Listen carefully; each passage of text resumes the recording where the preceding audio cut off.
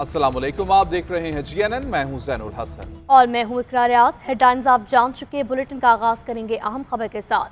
कराची से आपको अपडेट करेंगे। औरंगी टाउन इकबाल मार्केट की हदूद में मुबैना पुलिस मुकाबला, डाकुओं की फायरिंग से पुलिस एहलकार शहीद, एक राहगीर जख्मी हो गया। पुलिस ने एक डकैत को जख्मी हालत में गिरफ्तार कर लिया, जबकि मुलजिम का साथी फरार होने में कामयाब। इसी हवाले से तफसीलात हासिल करेंगे। नुमाइंदा GNN सैयद आतिफ अली हमारे साथ मौजूद हैं। आतिफ, बताइएगा पुलिस क्या डिटेल्स बता रही है? हाँ जी, ये इकबाल मार्केट का इलाका है, औरंगी टाउन सेक्टर 10, जहाँ पे ये मुबैना पुलिस मुकाबला हुआ है, जिसमें एक पुलिस एहलकार जिसका नाम अब्दुल गफ्फार बताया जा रहा है वो शहीद हो गया है। पुलिस का कहना है कि अब्दुल गफ्फार ड्यूटी पे जा रहा था। इस दौरान दो डकैत एक शहरी से लूटमार कर रहे थे। जैसे ही पुलिस एहलकार पहुंचा, उसने अपनी पिस्टल निकालने की कोशिश करी, डकैतों ने उस पर फायरिंग कर दी, जिससे अब्दुल गफ्फार मौके पर शहीद हो गया। जबकि फायरिंग की जद में आगे एक राहगीर जिसका नाम एजाज बताया जा रहा है वो शदीद जख्मी हुआ है, उसे भी अस्पताल मुंतकिल कर दिया गया है। इत्तला मिलते ही पुलिस मौके पे पहुंची है। पुलिस ने एक डकैत ताजुद्दीन को जख्मी हालत में गिरफ्तार कर लिया है, जबकि मुलजिम का साथी फरार हो गया। पुलिस ने इस वक्त जो है फरार जो मुलजिम का साथी है उसकी तलाश जो शुरू कर दी, इलाके को जो कॉर्डन ऑफ कर दिया गया। बहुत शुक्रिया सैयद आतिफ तफसीलात के लिए। मुस्लिम लीग नून, पीपल्स पार्टी और JUI से अदालती इस्लाहात पर मुत्तफिक। मौलाना फजलुर रहमान का कहना है अदालती इस्लाहात तक इत्तफाक राय हो गया, दीगर नकात पर भी इत्तफाक राय तक पहुँच गए हैं। कहा कि हमारी तजवीज़ पर आते हैं तो बिस्मिल्लाह, इब्तिदाई आईनी तरमीम का मुसव्वदा न कल कबूल था न आज है। संजीदा फैसला किया गया तो आइन, मुल्क और इदारे बचेंगे। इस्लामाबाद में PTI क़यादत से भी बातचीत करूंगा, बिलावल भुट्टो बोले। पार्लियामान की बालादस्ती चाहते हैं, मुनासिब वक्त पर आईनी तरमीम दोनों ऐवानों से पास कराएंगे। इसाक़दार बोले कि अवाम की फलाह के लिए जदोजहद कर रहे हैं, इंसाफ के हुसूल में ताख़ीर का खात्मा करना चाहते हैं। मुजव्वज़ा आईनी तरमीम पर तकरीबन इत्तिफाक हासिल कर लिया था। ख़ास तौर पर अदलिया के इस्लाहात के हवाले से इस सारी सूरत हाल पर तफसीली गौर किया।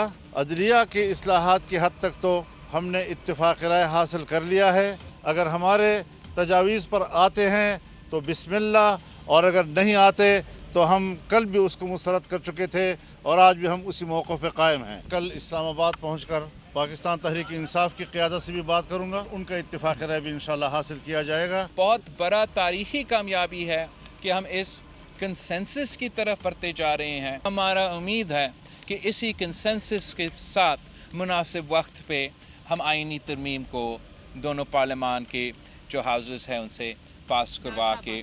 नवाज शरीफ साहब ने और मोहतरमा बेनज़ीर भुट्टो साहबा ने 14 मई 2006 को लंदन में उस पर दस्तखत किए थे। तकरीबन तमाम जमातों ने उसकी तायीद की थी। तो इंशाअल्लाह इससे अवाम की जो डिले होती है इंसाफ में, उसके हवाले से पैरेलल जो CRPC का सिस्टम है उसमें तब्दीलियाँ जाएंगी।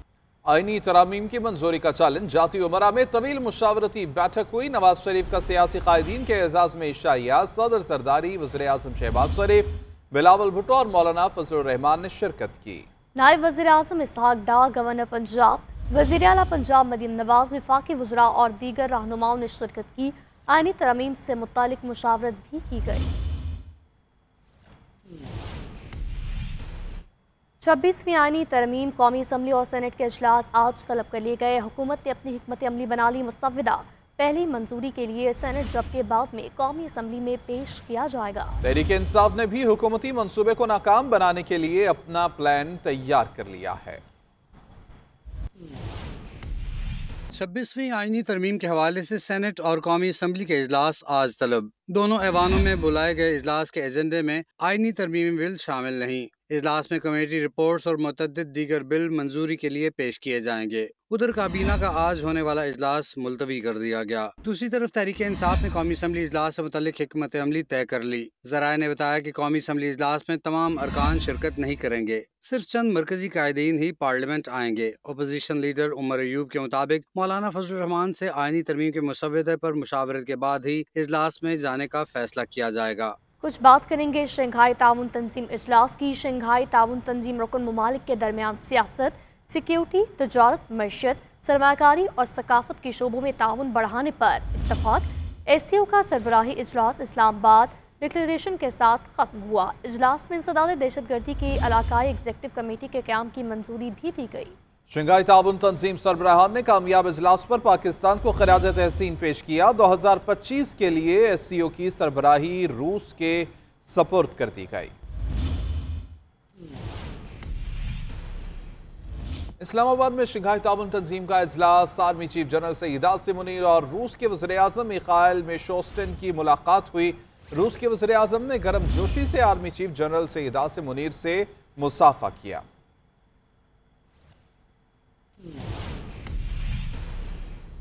दीगर खबरों में आपको बताएंगे, तालिबान ज़्यादती का नहीं बल्कि घटिया सियासत का निशाना बनी। वज़ीर आला पंजाब का PTI पर सियासत में बच्चों को इस्तेमाल करने का इल्ज़ाम। निजी कॉलेज में बच्ची से मुबैना ज़्यादती के वाक़े पर मरियम नवाज ने कहा, ऐसे वाक़े को बुनियाद बनाया गया जो सिरे से हुआ ही नहीं। पुलिस को गुमराह करके एक झूठी मुहिम चलाने की कोशिश की गई। पहले कहानी घड़ी गई और फिर इल्ज़ाम लगाया गया, फिर विक्टिम तलाश करते रहे। जिस बच्ची को रेप की मुतासरा कहा गया वो रेप की नहीं बल्कि गंदी सियासत की मुतासरा है। सोशल मीडिया पर पोस्ट में लिखा कि झूठे प्रोपेगेंडा और तुलबा को उकसाने वाले शख्स को गिरफ्तार कर लिया गया है। एक ऐसा इशू पिछले कुछ दिनों में सामने आ रहा था, तो ये जिन्होंने ये कहानी घड़ी है और सोशल मीडिया पे उसकी ऐसी खबर फैली और इस किस्म के इल्जामात लगाए गए और कहानियां घड़ी गईं जिनका सिरे से कोई वजूद ही नहीं था। स्टूडेंट्स को गुमराह करके एक ऐसा कोई कैंपेन चलाने की कोशिश की गई कि बार बार ये जो प्रोटेस्ट की कॉल्स दी जाती हैं, जलसों की कॉल्स दी जाती हैं, घेराव जलाओ इंतशार की कॉल्स दी जाती हैं, उनकी नाकामी के बाद अब एक बहुत ही घटिया और बहुत ही खतरनाक तरीन मंसूबा इन्होंने बनाया और उन्होंने ये उस वक्त में, ऐसे वक्त में जिसमें SCO होने जा रही है, तो ये एक ऐसी पार्टी है तहरीक इंसाफ जिसको मैं दहशतगर्द जमात कहती हूँ और वो उनका एजेंडा ही यही है। जब पाकिस्तान ऊपर जा रहा होता है वो नीचे जा रहे होते हैं। इसलिए मैं समझती हूँ कि पंजाब हुकूमत को इसका मुद्दई होना चाहिए, फौरन जो है उसको पकड़ा जाए। अपनी डूबती हुई मरती हुई सियासत को रिवाइव करने के लिए घेराव जलाओ करने की साजिश की है, तो अल्लाह ताला का शुक्र है कि उनको नाकामी का सामना करना पड़ा। अस्सलाम वालेकुम, आप देख रहे हैं GNN, मैं हूं ज़ैनुल हसन और मैं हूं इकरा रियाज। हेडलाइंस आप जान चुके, बुलेटिन का आगाज करेंगे अहम खबर के साथ। कराची से आपको अपडेट करेंगे। औरंगी टाउन इकबाल मार्केट की हदूद में मुबैना पुलिस मुकाबला, डाकुओं की फायरिंग से पुलिस एहलकार शहीद, एक राहगीर जख्मी हो गया। पुलिस ने एक डकैत को जख्मी हालत में गिरफ्तार कर लिया जबकि मुलजिम का साथी फरार होने में कामयाब। इसी हवाले से तफसीलात हासिल करेंगे। नुमाइंदा GNN सैयद आतिफ अली हमारे साथ मौजूद हैं। आतिफ, बताइएगा पुलिस क्या डिटेल्स बता रही है? हाँ जी, ये इकबाल मार्केट का इलाका है, औरंगी टाउन सेक्टर 10, जहाँ पे ये मुबैना पुलिस मुकाबला हुआ है जिसमें एक पुलिस एहलकार जिसका नाम अब्दुल गफ्फार बताया जा रहा है वो शहीद हो गया है। पुलिस का कहना है कि अब्दुल गफ्फार ड्यूटी पे जा रहा था, इस दौरान दो डकैत एक शहरी से लूटमार कर रहे थे।